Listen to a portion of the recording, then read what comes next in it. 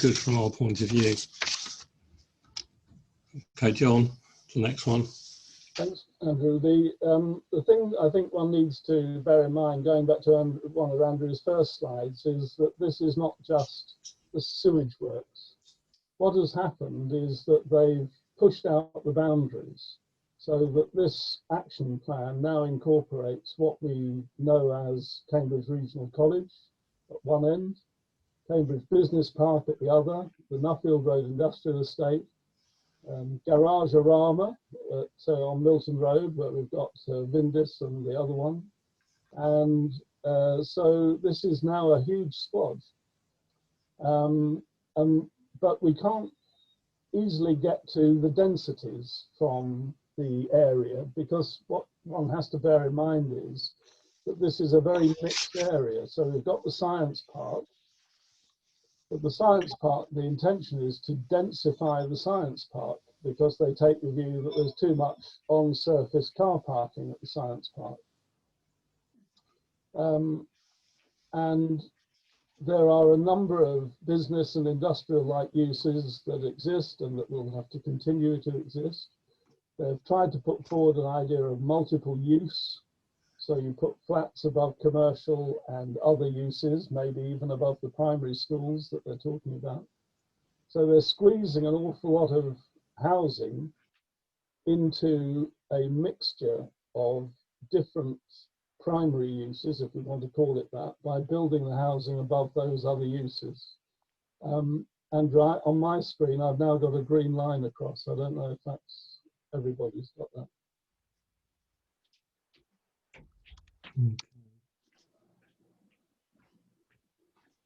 I don't know if we can go back to the last slide. I want to go back. Please. Yeah. So, what we've got to say then is we've got numbers flying around between 5,000 and 8,000. How do we get to 8,000? Well, the sewage works gives us 5,500. Yes. Cowley Road gives us 500.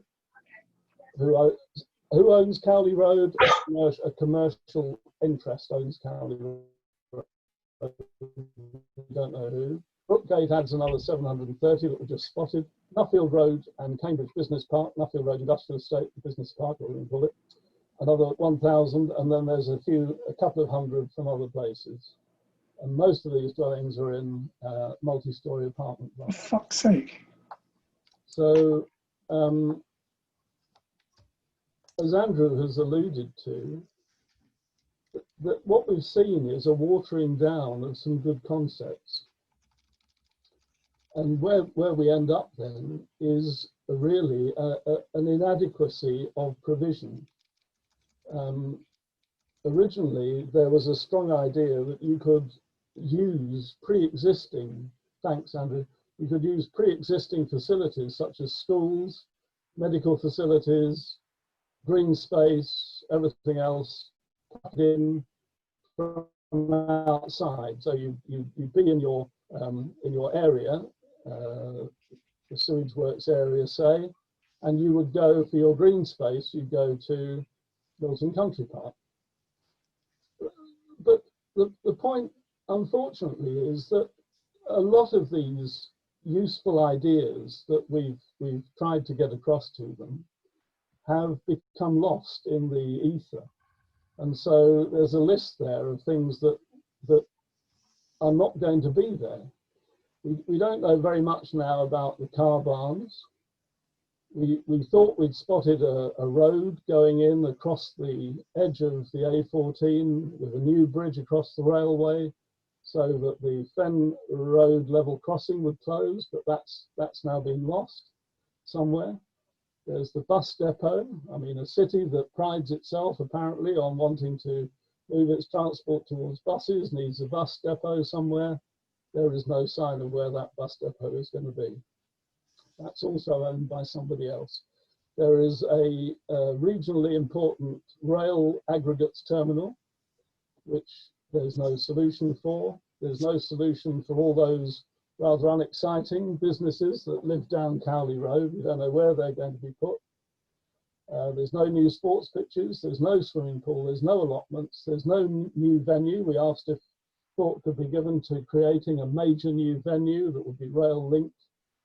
We're talking about, you know, the current times, of course, it's unthinkable, but one might hope that there could be some kind of facility for people to enjoy and be drawn towards. So going back to the question that came up, a citadel, what the word is permeability. They like to use this permeability word, that it will be an area that people will want to come into and go out from, and that it will be easy to cross out from it. So it won't be, if you like, a citadel. It will be a permeable space that people will want to come and go from.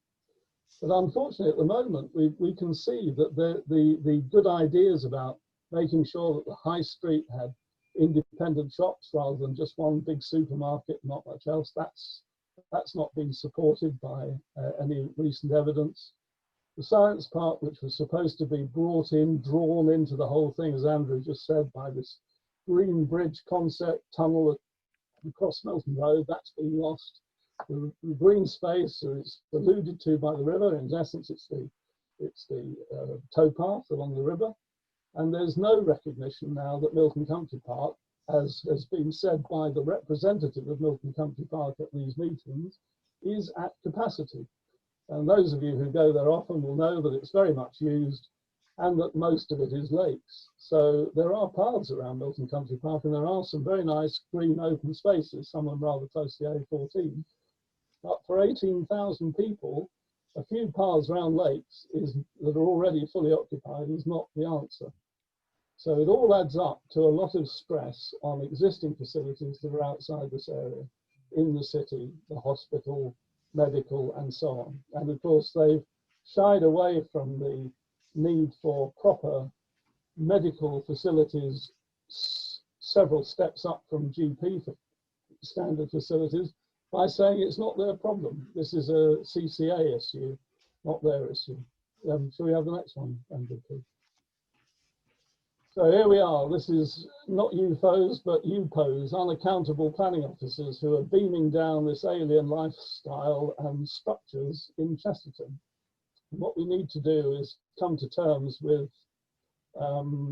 what is proposed, and it is, as I've said there, urban life, but not as we know it. And as we all revel in, Cambridge is indeed at the moment a very low density, low building height city. This is going to be very high density, 3 or 4 times the average at Eddington or Mill Road, and to achieve 8,000 dwellings and commercial spaces, in the available area, we are going to have to see tall buildings. So may we have the next slide, please, Andrew? Charles has just asked if Trinity, who own, at least are the substantial owners of the science park, are involved. They are involved, and the science park has been involved. And I think it's fair to say that they are broadly supportive of the concept of, here it comes again, densification.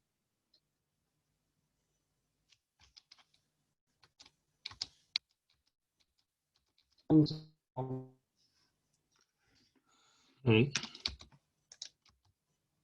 the plans.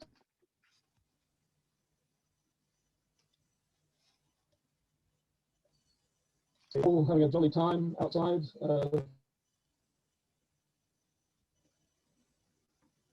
What's called the first public drain.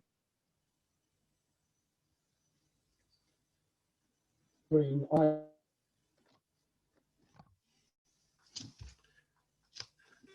Can't hear you clearly. I don't know if it's me, just me.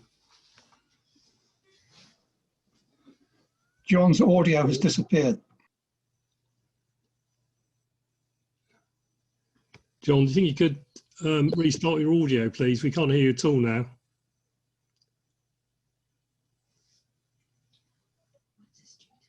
My audio's not working. My audio's not working. I can hear you now, John. It's working now. Okay. Can you hear me now? Yeah, you're okay now. Yeah. I'm okay now. Okay. So what's here is the current probable current scale and distribution of tall buildings. And you need to look at the map quite closely to understand what you're looking at. But if you start at the bottom left, you'll find Milton Road, and you can follow it in your eye up Milton Road, and then you can see Milton Road swinging round to the left and going up to the roundabout. And so you can see that the 7 to 11 story piece, maximum 13 stories, and they now say 1 or 2 of these will be 13 stories, is visible along Milton Road because of the way Milton Road runs. It swings left as it goes along, as you can see. So I've done a mock-up here. Oh, I just also ought to say that we were able, can you hear me still, Andrew? Yes. Yeah. What I ought to say is that we were able to see, because of the existence of cranes on the science park, the kind of height that we are likely to be dealing with. But that is no longer possible because those cranes have now gone. So if you want to try and wander down there and get into your mind's eye what you're looking at, you need to look out for the pylon, which is positioned more or less on the end of the arrow where the box says 6 to 8 stories typically, or on the end of the arrow which says 7 to 11 stories typically. So somewhere in that area where those 2 arrows meet is a pylon and a radio area. And those are about 8 stories high. So if you want to get an idea, you can see those from along Milton Road. That will give you an idea of what this is about. For those of you who are, you know, as interested in aeroplanes as I am, in fact, the whole area is within the Marshall's Airport safeguarding zone. So it should not be possible to build anything above 15 meters in the whole of the northeast area. It's banned, but we'll see that they're going to get around that, I'm sure. So a typical view along Milton Road. Those of you who know Milton Road well will know where this was taken from, and you can see more or less, I think, exactly where the tallest buildings will be. And what you need to bear in mind, I think, when you try and visit, I mean, we've had to mock these up because they haven't given us these to look at. But if you look at the red line is where you'll be with 13 stories, up from 10 to 13. And the grey line, the black line, the grey boxes is 8 to 10 stories. And because of the way the buildings will be positioned, one in front of another, it's quite likely that you'll see, in effect, a wall of buildings looking along Milton Road. May we have the next one, Andrew, please? This is stepping aside slightly to St. George's Church. The black line gives you more or less where the buildings will fill the skyline. This particular area was identified as a hotspot in the initial landscape study. They did one landscape study which tried to show where tall buildings would have an impact. And this was one of the places.